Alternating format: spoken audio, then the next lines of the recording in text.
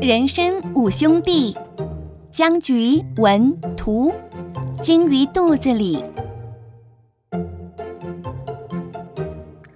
很久很久以前，在景山的深山里，一个要翻过12道坡才能到达的地方，住着心地善良的人参五兄弟。人参五兄弟总在人们还没上山的凌晨，去热腾腾的温泉里痛快地泡个澡。可是，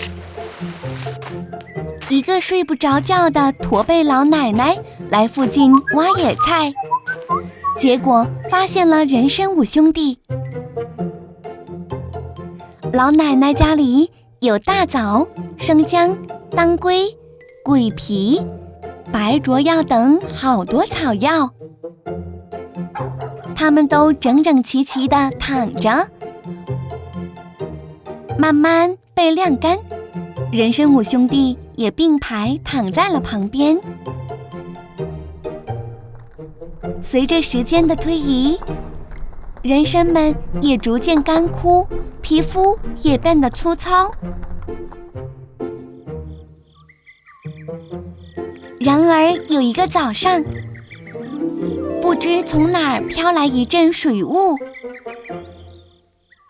一股好闻的味道唤醒了沉睡中的人参五兄弟。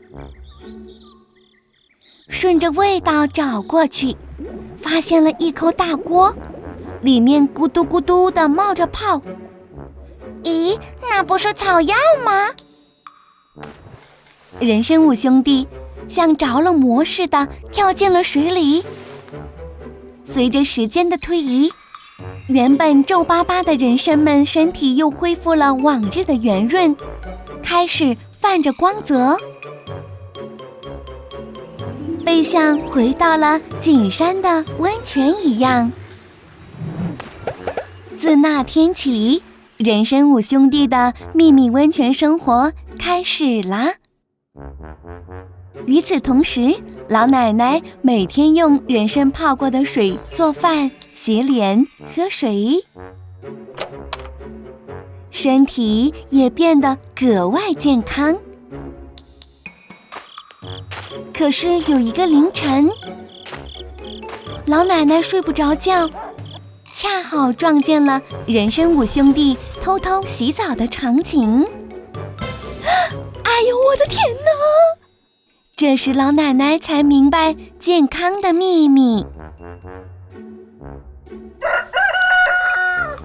消息很快就传开了，身体不舒服的乡亲们纷纷跑来讨要人参汤，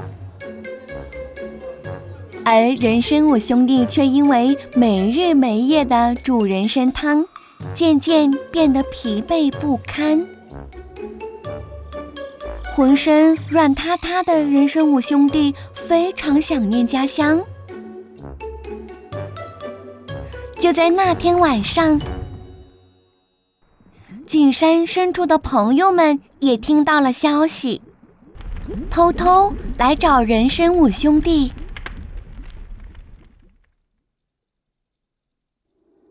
第二天一大早，人参五兄弟就和朋友们一起偷偷向深山里出发了，去了谁也不知道的大山深处。